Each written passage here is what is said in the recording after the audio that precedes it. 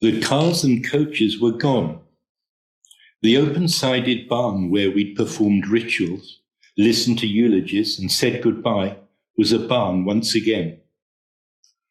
Already, thousands of people around the world would be streaming a replay of the day's events over the internet. Those of us left at Adistana ended up in the library building's atrium, becalmed in a complicated afterglow of memories of the day of a life. There had been grief and warm reunions, continuity and finality. In the eccentric way these things happen, a visitor from Spain treated us to a run of flamenco jazz fusions on the guitar. Beyond the glazed doorway at the back of the room, a straight path led to the earthen mound. Set at the heart of a mandala of walkways and flower beds, this was where Ergyan Sangharakshita's 93-year journey had come to its end. This place, this grave, was the still point at the end of a busy day, a remarkable life, the last full stop. From my place in the gallery, I took in the room, the guitarists, my friends, and the statue of Manjushri that commands the space. Randomly, my eyes strayed to a small framed photograph placed at Manjushri's base, one of thousands taken over the years, onto glass plates, onto celluloid, and in pixels. But this one was special. It was the first time I'd seen a photograph of Sangharakshita, since that would be the only way I would see him again.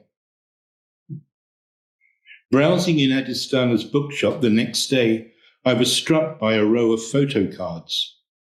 The majority showed an aged Sangharakshita looking feeble but reflective in his wheelchair as he inhaled the scent of a delicate red flower.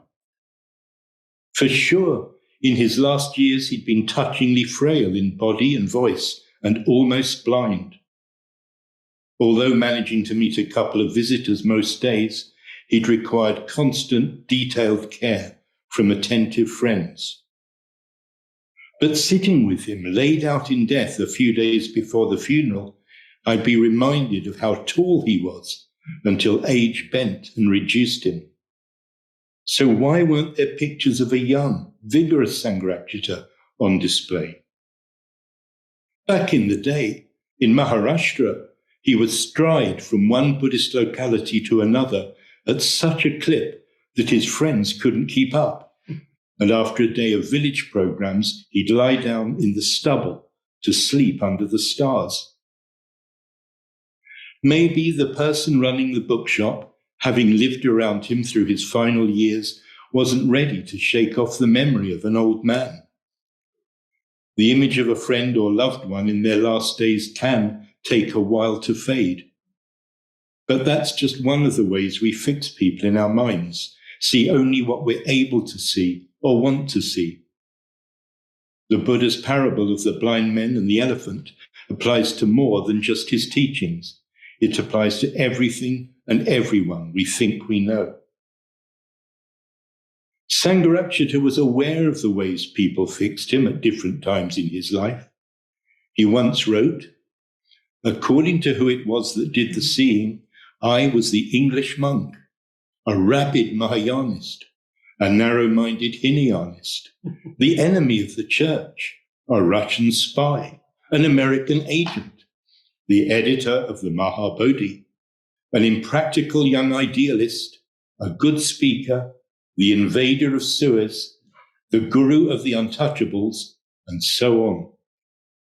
More recently, here in England, I have been a good monk, a bad monk, the Buddhist counterpart of the Vicar of Hampstead, the author of the Survey, a crypto-Vadrianist, a lecturer at Yale, the hippie guru, a first-class organizer, a traditionalist, a maverick, a misogynist, a sexist, a controversial figure, and an enlightened Englishman."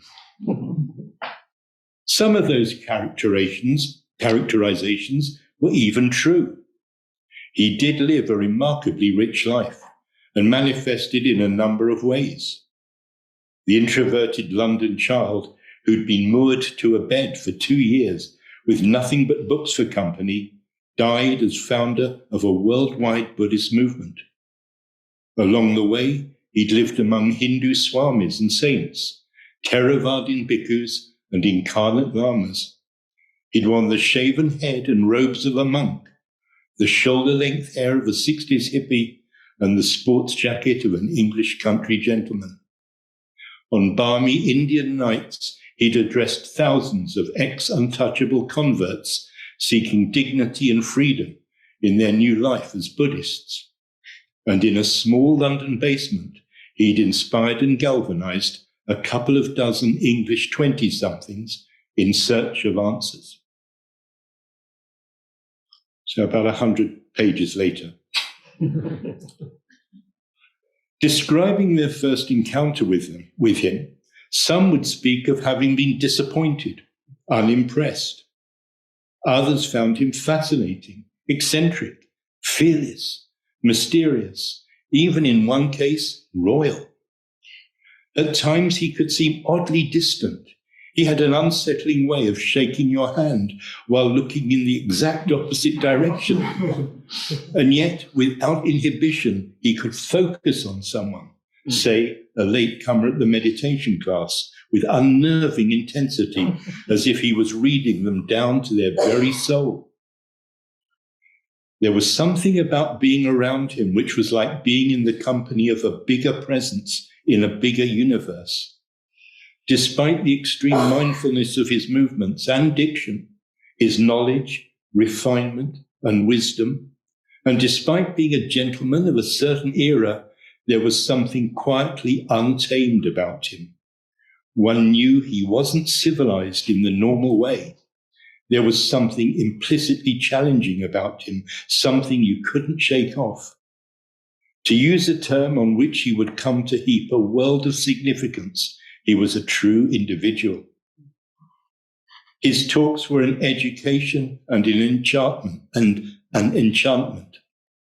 In a lecture on the mantra Om Mani Padme Hum, for example, he took us first to the Tibetan plateau, where the traveler will see the mantra inscribed on stupas or painted on old stone walls. He then guided us into the world of the White Lotus Sutra and finally into the inner life of the mantra itself. It was a rite of fascination, delivered with engaging authenticity. Drawing on an extensive reservoir of knowledge and talking from experience, he could take us to places we'd not been to before and make the mythic seem real. His fortnightly question and answer sessions were equally dazzling. No matter how efficiently our questions displayed the extent of our ignorance and naivety, he would educate and thrill with the generosity of his replies. Alongside Buddhist sources, he would draw on English literature, Renaissance art, the Bible, or the Western philosophical tradition. Like the merchant in an Oriental bazaar, throwing one gorgeously patterned carpet after another across the floor, he would entrance and inspire as he revealed the wonders of his native world, easing our path as we took our own first steps there.